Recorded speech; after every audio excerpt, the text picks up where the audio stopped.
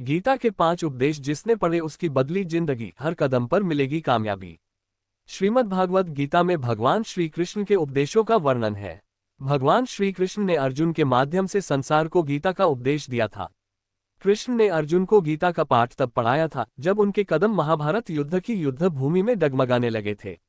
श्री कृष्ण के उपदेशों को सुनकर अर्जुन अपने लक्ष्य को पूरा करने की ओर अग्रसर हुए।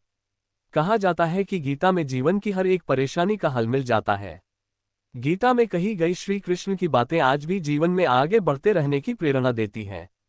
ऐसे में किसी भी परेशानी का हल पाने और जीवन में सफलता पाने के लिए गीता की कुछ बातों का ध्यान रखना चाहिए।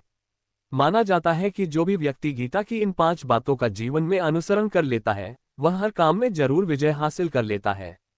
ये रहे गीता के अनमोल उपदेश जो जीवन को नई राह दिखाते हैं। फल की इच्छा छोड़ कर्म पर ध्यान देना चाहिए। गीता में श्री कृष्ण ने कहा है कि मनुष्य को फल की इच्छा छोड़कर कर्म पर ध्यान देना चाहिए। मनुष्य जैसा कर्म करता है उसे फल भी उसी के अनुरूप मिलता है।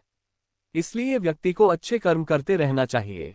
स्वयं का आकलन। श्री कृष्ण के अनुसार व्यक्ति को खुद से बेहतर कोई नहीं जान सकता, इसलिए स्वयं का आकलन करना बेहद जरूरी है। गीता में कहा गया है कि जो व्यक्ति अपने गुणों और कमियों को जान लेता है वह अपने व्यक्तित्व का निर्माण करके हर काम में सफलता प्राप्त कर सकता है। मन पर नियंत्रण। हमारा मन ही हमारे दुखों का कारण होता है।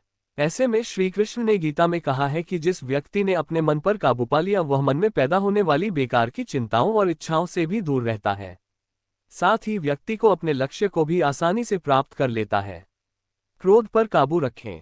क्रोध में व्यक्ति नियंत्रण खो बैठता है और आवेश में आकर गलत कार्य कर देता है।